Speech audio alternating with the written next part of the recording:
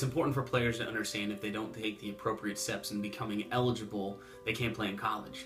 This video will help detail what you need to do throughout the process to make sure that you are eligible for college sports.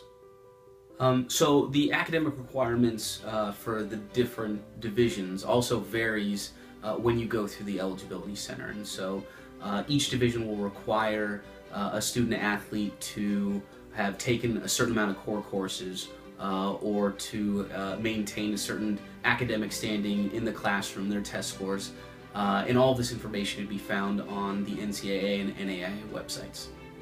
Players that want to compete at Division I and Division II need to complete the NCAA Eligibility Center. Players that want to compete at NAIA need to complete their Eligibility Center. This is an online process that allows each governing body to keep track of your amateur and academic status. This basically allows each athlete to understand that they're not just an athlete, but a student athlete.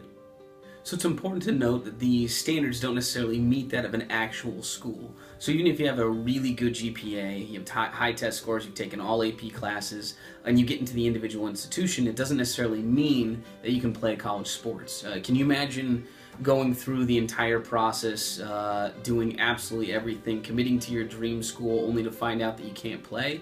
It's happened before to kids, accomplished student athletes. So really important that you navigate what you need to be taking, go into your guidance counselor's office, make sure that you've taken the appropriate courses, that you're going to be taking the appropriate courses. It just isn't worth the risk. Student athletes must maintain a certain academic standards, and each division has its own set of rules. Division I and Division II has a sliding scale, so the higher your GPA, the lower your test scores can be. If you have a lower GPA, the higher your test scores have to be. So the minimum core class requirements do differ between each division.